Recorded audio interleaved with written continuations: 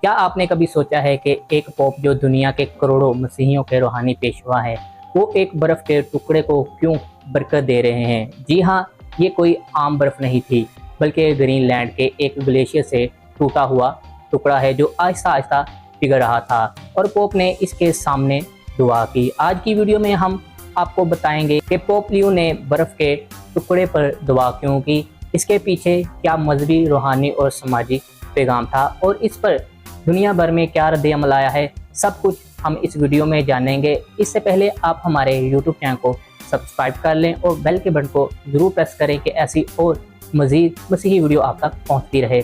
दोस्तों, बाइबल मुकद्दस में बर्फ का कई बार जिक्र किया गया है। ज़बूर 147 उसकी 16वीं आयत में लिखा है, वो बर्फ को ऊन की मानद गिराता है। और अय्यूब की किताब में लिखा है, खुदा फरमाता है, क्या तूने बर्फ के खजाने देखे हैं?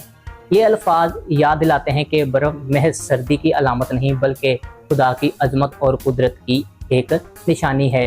बर्फ पकीज़गी, मासूमियत और नई शुरुआत की अलामत है। साल 2025 अक्टूबर में रोम के करीब कैस्टल गैंडोल्फो में एक बड़ी आर्मी कॉन्फ्रेंस मुनक्कद हुई, जिसका नाम था rising hope for climate justice. Conference pope Francis की एनसाइक्लिकल लाडोटो की 10वीं सालगिरह के मौके पर मुनक्कद हुई, जिसमें माहौलियात की हिफाजत के बारे में बात की गई।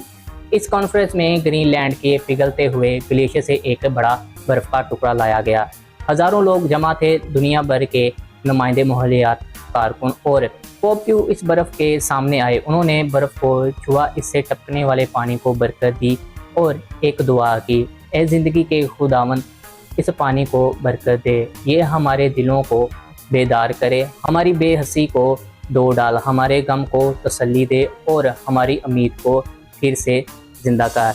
ये रिचुअल सिर्फ एक मजहबी रस्म नहीं थी, इसके 3 बड़े मकसद थे। पहला, एनवायरमेंटल अवेयरनेस थी। पोप ने दुनिया को दिखाया कि ग्लेशियर तेजी से पिघल रहे हैं। ये बर्फ महज एक टुकड़ा नहीं, बल्कि ज़मीन के मुस्तकबिल का एक सवाल है। दूसरा, रूहानी पैगाम, बर्फ की सफ़ेदी तौबा और पकीज़गी की अलामत है। पोप ने कहा कि जैसे बर्फ ज़मीन को ढांप देती है, ऐसे ही इंसानों को अपने गुनाहों पर पर्दा डालकर खुदा के हजूर पकीज़ा होना चाहिए। तीसरा है समाजी इंसाफ। पोप ने याद दिलाया कि माहौलियाती बहरान का सबसे ज़्यादा बड़ा नुकसान गरीब, कमज़ोर लोगों को होता है। वो लोग जिनके पास ना बड़े मकानात, ना एयर कंडीशनर, मगर सबसे पहले वही मुतासर होते हैं। इस इवेंट के बाद दुनिया भर में मुख्तलिफ रद्द-ए-अमल सामने आए। कुछ लोगों ने इसे एक ताकतवर अलामत करार दिया और कहा कि ये अमल दुनिया को जगाने के लिए ज़रूरी था, और कुछ नाक़दीन ने कहा कि ये सब एक सियासी पब्लिसिटी स्टंट है और चर्च को सिर्फ इबादत पर तवज्जो देनी चाहिए। मगर चर्च ने वजाहत दी कि ये अमल कोई नया अकीदा नहीं, बल्कि पुरानी रवायत का तसलसल है। कलीसिया सदियों से पानी, मिट्टी, आग और हवा को बरकत देती आ रही है, ताकि हमें याद रहे कि ये सब खुदा की मलकियत है।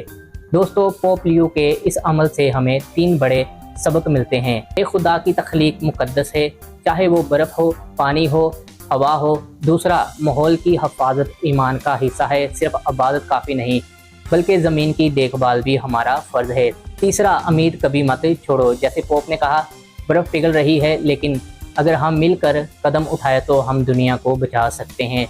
दोस्तों, आज की ये वीडियो हमें याद दिलाती है कि चर्च सिर्फ माजी की कहानी नहीं, बल्कि आज की दुनिया के सबसे बड़े मसाइल पर भी बात करता है। पोप ने बर्फ को बरकत देकर ये पैगाम दिया कि वक्त बहुत कम है, हमें भी कदम उठाना होगा। अगर आप चाहते हैं कि ज़मीन आने वाली नस्लों के लिए भी ऐसी ही रहे जैसी अब है, तो आए हम सब मिलकर दुआ करें और अमली कदम भी उठाएं। अब सवाल आपसे है कि क्या आप समझते हैं कि पोप लियो का बर्फ पर दुआ करना वाकई एक रूहानी अलामत थी या सिर्फ एक सियासी पैगाम था? अपनी राय कमेंट बॉक्स में ज़रूर दें।